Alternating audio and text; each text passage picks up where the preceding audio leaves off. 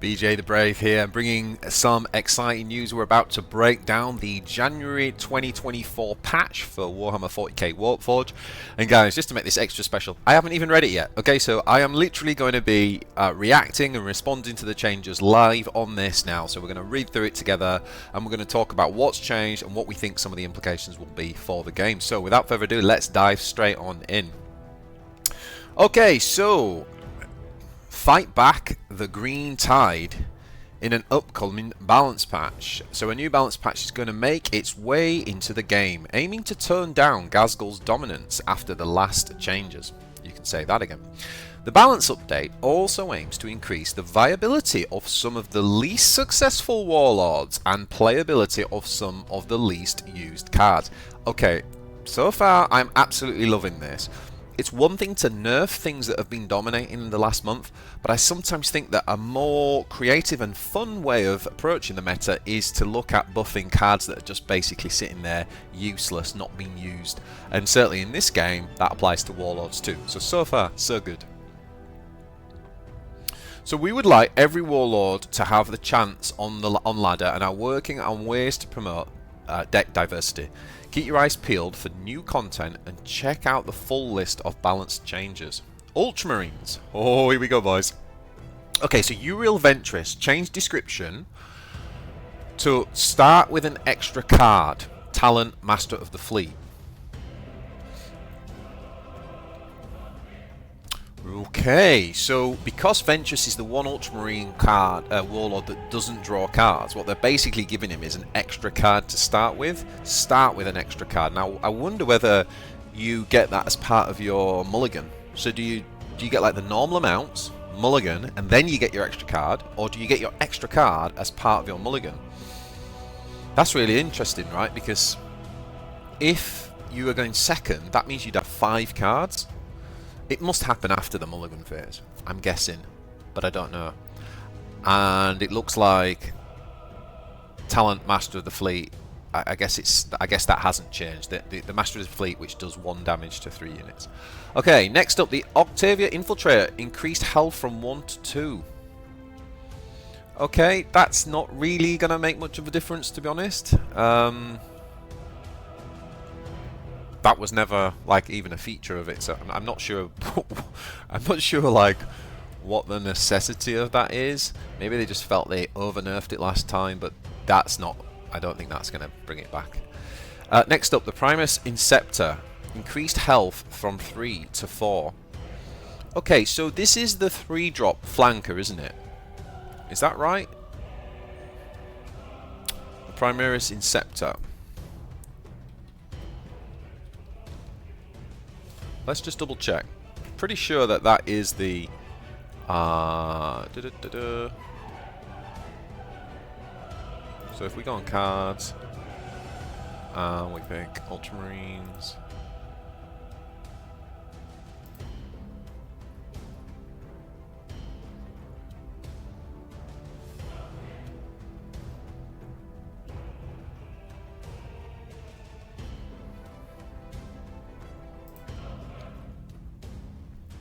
So I think that the Primus Inceptor, yeah, here it is. So this is the one that got nerfed last time, and it lost its 4 damage on the ranged attack. So what they've done now is giving it 4 health instead of 3. So that's a pretty good change, because it still has the problem that it can't trade as efficiently with some of the other 3-drops, but it does mean it can at least clash and not die. So I think that that extra point of health is that's really good. That's really healthy. Next one is Ontario Cronus. Increased range from 4 to 5. Really interesting. I mean, that card is good anyway. So the stats now on Cronus is just insane. And that just means that if you own that card, that you play him as a 4-drop regardless, because for 4 energy now, that is, the stats were already good, they're just insane now. Next up we have Spear of Macragge. This is Cronus' talent. They've reduced the cost to 1 and changed its description. Draw a vehicle and give it +2 armor. Oh my god. Oh boy. So oh man. Oh, this is interesting. Do you know what? The utility on that is better. the utility on that is better, because the old ability allowed you to basically give it Vanguard, which was really powerful, Vanguard and Armor, but it required like the right synergy. He had to stay alive. You had to have the vehicle in hand, whereas this is actually drawing your card, which A is just good anyway. It's making sure that card's a vehicle, so building the vehicle synergy now in Marines, and automatically giving it the +2 armor when it's actually in your hand. I think that is lovely. I'm so mad, I can't wait to play some Ultramarines. That is super exciting. Okay, next up we have the Primaris Impulsor. Increase the health from 5 to 6. The Impulsor. Okay. Impulsor, that's the Rhino, isn't it? As I always call it from my tabletop wargaming days. So this has had some pretty horrible nerfs, and it's good to see that they're giving it some love. So what they're doing is they're just making it more resilient. I think that makes sense for this. You know, you want this to be a bit tanky and to be able to keep pumping out its codex ability. So I'm quite happy with that, actually. I think that does... I'd actually dropped this from my Calgar list and preferring the other 5-drop codex cards. So this actually makes this a bit more competitive again, which I think it needed, to be honest. And rather than reverting the power of the melee and the range damage, what they've done is gone with the health. So pretty interesting. I don't know if it'll make a massive difference, but I do think it's a step in the right direction. Okay, so Greatest Deeds. Greatest Deeds, I don't even know what that card is. Change description to ephemeral. Heal 5 to a friendly unit. If it's a troop, give it Vanguard. What did Greatest Deeds do before?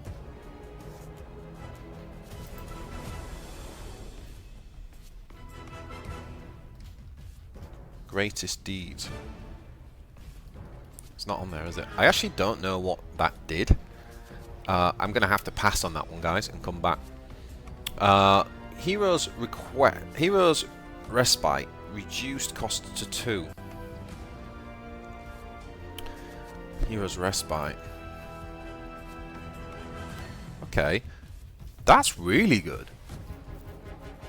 That's really good because, you know, I was thinking about these types of cards because, you know, the Chaos one is clearly better, right? Because for 3 energy it draws 2 cards and it can essentially draw 4 cards and give 2 cards that weren't even in your deck. Whereas like the Marine one where it's just vanilla, draw 2 cards, it's interesting to see that they've made that cheaper, reducing it down to 2. I'm not sure how impactful it's going to be. What it does look like they're trying to do is push Uriel Ventress, right? Because again, you wouldn't need that in a Calgar deck, you wouldn't need it in a Tigerius deck because they have the card draw. But actually that could be really, really good in a Uriel Ventress deck, so... Definitely interested to kind of like try Ventress and see what that looks like now with the Hero's Respite and the new Warlord power. So overall, the Ultramarines, they've strengthened the vehicle synergy. I don't know that they've gone far enough. Definitely going to be a little bit more playable, and I definitely want to experiment with the Ultramarines. They're one of my favourite factions to play, just from an enjoyment perspective. So yeah, overall though, the changes that they have made are very positive. I still would have liked to have seen kind of like a few more things change. No, they've done nothing to the 7 cost spell, have they?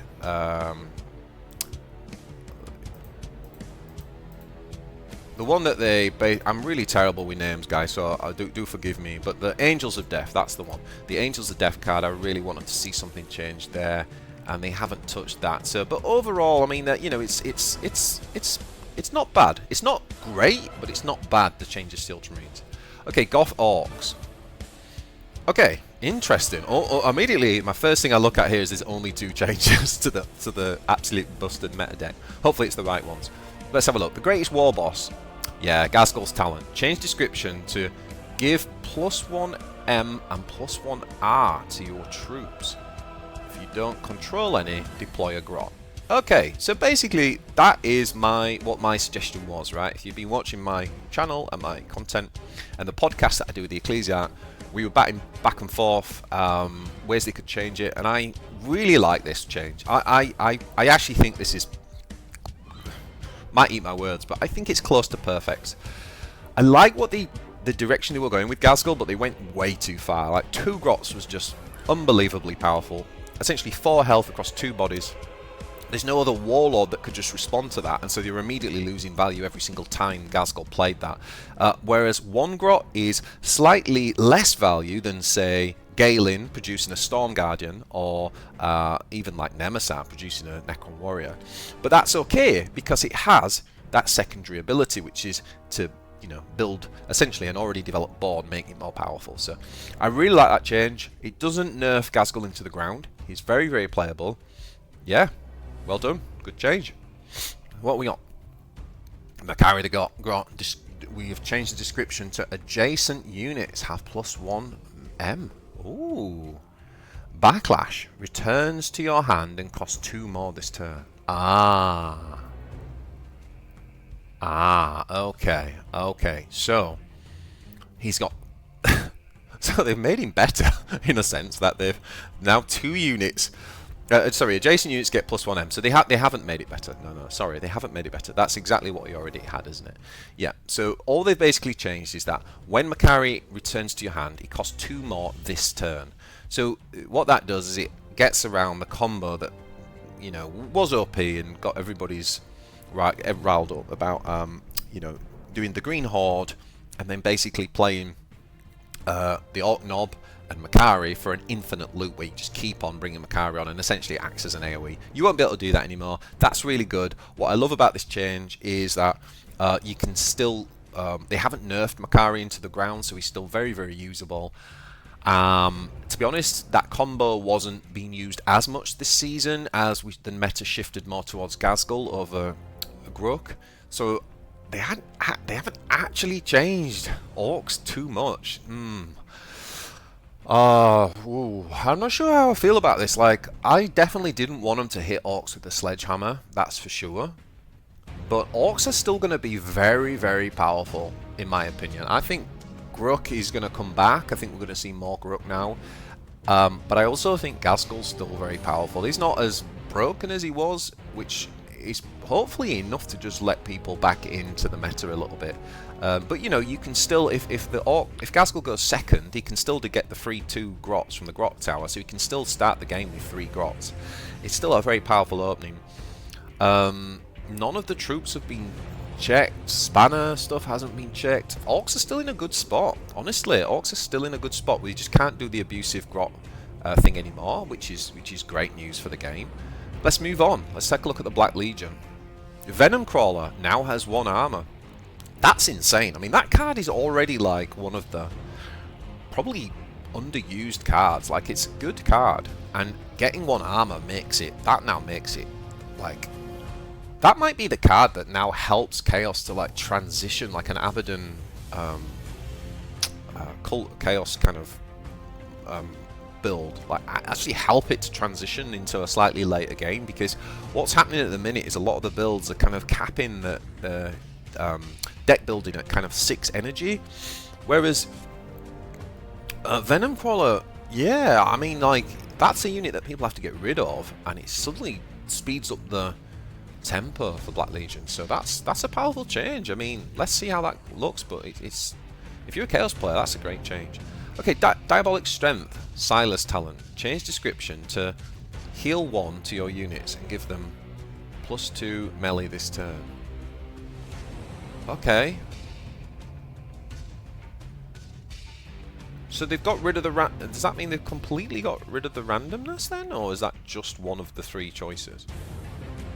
Heal 1 to your units and give them +2 melee this turn.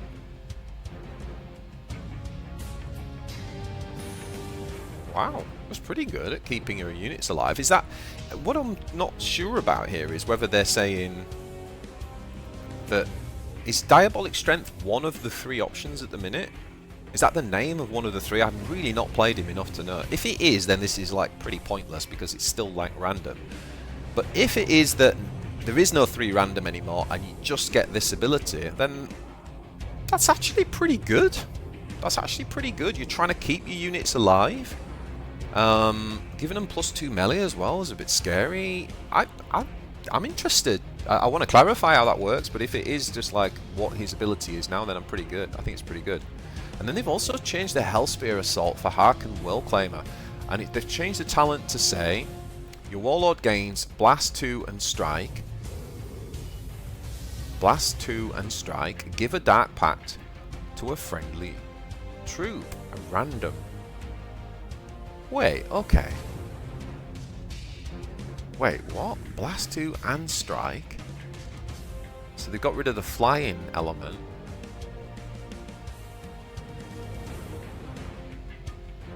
Oh, okay.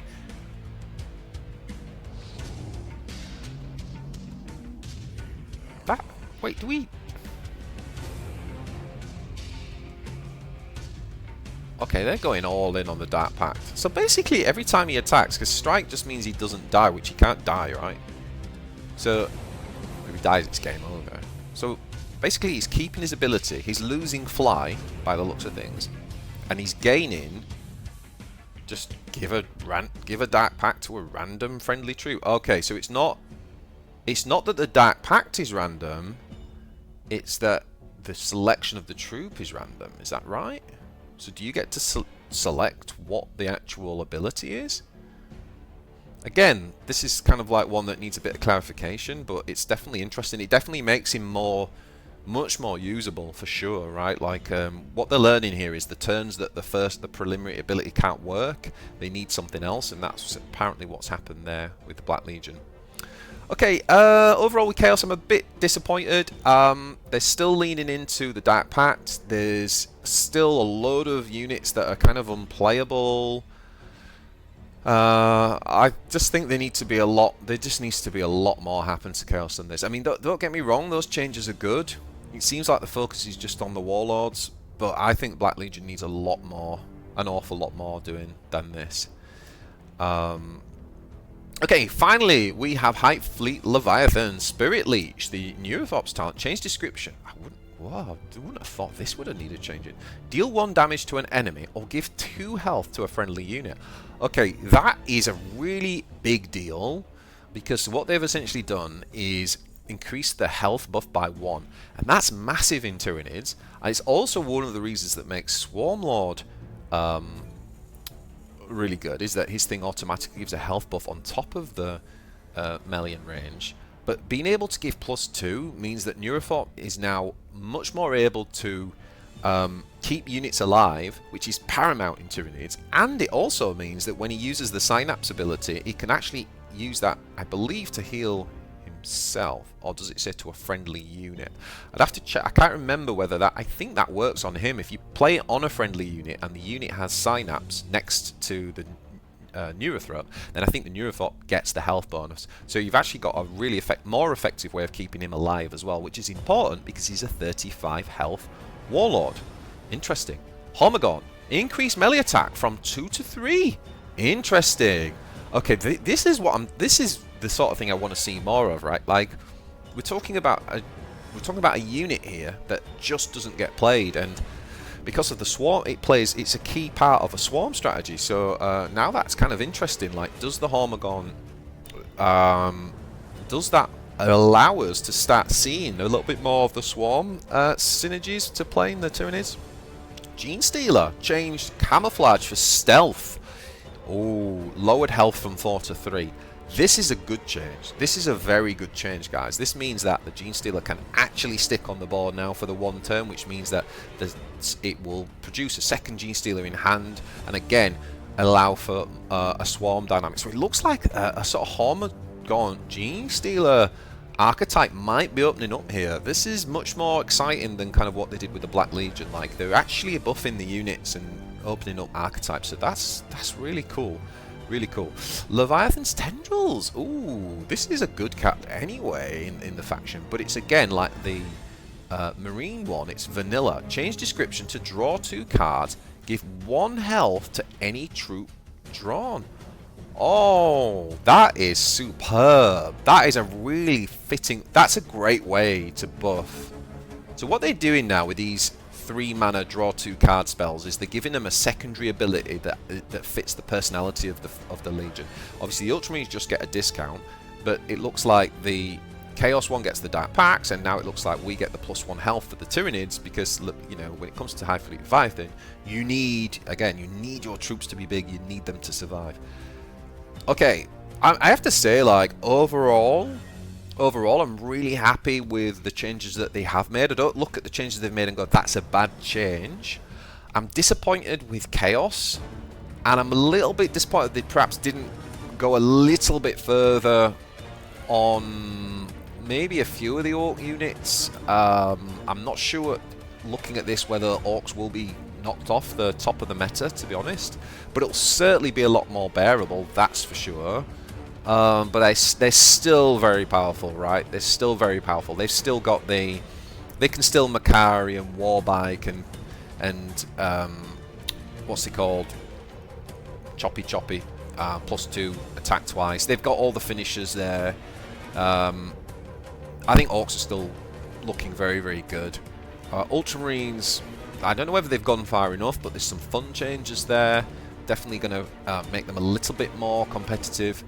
Yeah, overall interesting. I'm glad that the thing I'm most glad about is they haven't nerfed anything completely into the ground. Like, they haven't destroyed anything like they did like in the last patch. That was obviously the big complaint about the Ultramarines, is that they just got completely obliterated. They haven't done that this time. I think this is a much more cautious approach. I'm conscious that the devs have probably been off for Christmas, so how much time they've actually had is obviously going to play into the amount of things that they can change.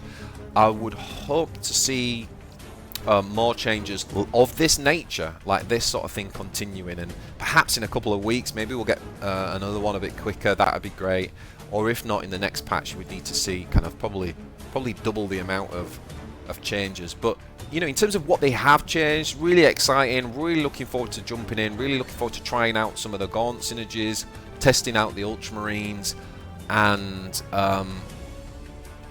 seeing how Orcs fare. You know, yeah, I'm really looking forward to playing the game. This is really exciting. Let me know in the comments, what do you think? What do you think to the changes? What's your favourite change that they've made? What do you think they've completely missed that needs to be addressed, like, pretty ASAP? Really looking forward to hearing some feedback. And yeah, I'll see you guys in the next one.